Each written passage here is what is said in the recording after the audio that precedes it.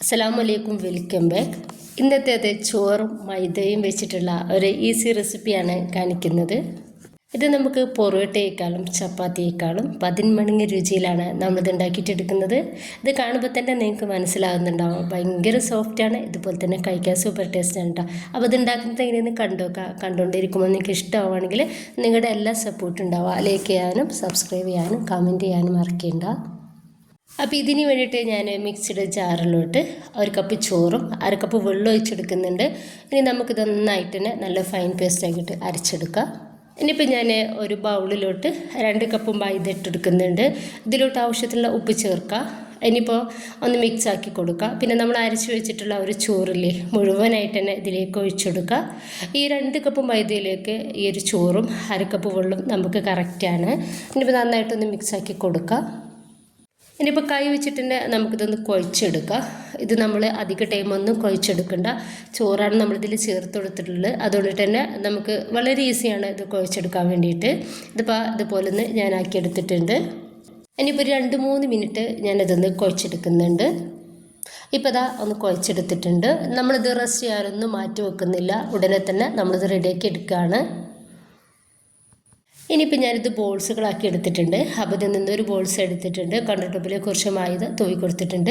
ഇനിയിപ്പോൾ നമുക്ക് ഇത് നന്നായിട്ട് തന്നെ കട്ടിയില്ലാത്ത രീതിയിൽ നമുക്കിതൊന്ന് പരത്തിയെടുക്കാം. വേഗത്തിൽ പരത്താൻ വേണ്ടി നമുക്ക് പറ്റൂട്ടോ. ചോറ് ചേർത്തെടുത്തുകൊണ്ട് കണ്ടിട്ട് തന്നെ ഇവിടെയൊക്കെ നമുക്കിത് ചെയ്തെടുക്കാൻ വേണ്ടിയിട്ട് ഈസിയാണ്. ഇതാ ഞാൻ ഈ ഒരു രീതിയിൽ പരത്തിയെടുത്തിട്ടുണ്ട്. ഇനിയിപ്പോൾ നമുക്കിതിൻ്റെ മേലേക്ക് ഇട്ട് കുറച്ച് ഓയിൽ ഇതുപോലെ ബ്രഷ് വെച്ചിട്ടോ കയ്യിലാക്കിയിട്ടോ ഒന്ന് തേച്ചെടുക്കാവുന്നതാണ്. എല്ലായിടത്തും ഓയിലൊന്ന് തേച്ച് കൊടുത്തതിന് ശേഷം ഇതിൻ്റെ മേലേക്ക് കുറച്ച് മൈദ തൂവി കൊടുത്തിട്ട് കൈ വെച്ചിട്ട് എല്ലായിടത്തും ഒന്ന് ആക്കിയെടുക്കുക. ഇപ്പോൾ ഇതാ 2 സൈഡിൽ നിന്നും ഞാനിതാ ഇതുപോലെ ഒന്ന് മടക്കി കൊടുക്കുകയാണ്. ഇനിയിപ്പോൾ ഈ 2 സൈഡിലും നമുക്ക് ഓയിൽ ഇതുപോലെ തേച്ച് കൊടുക്കുക. അവിടെയും നമുക്ക് ഇതുപോലെ മൈദപ്പൊടി ഒന്ന് തൂവി കൊടുത്തിട്ട് കൈ വെച്ചിട്ട് ഒന്ന് ജസ്റ്റ് എല്ലായിടത്തും ഒന്ന് ആക്കി കൊടുക്കുക. വീണ്ടും നമുക്കിത് മടക്കി കൊടുക്കാം. അങ്ങനെ ചെയ്തെടുക്കാവുന്നതാണ്.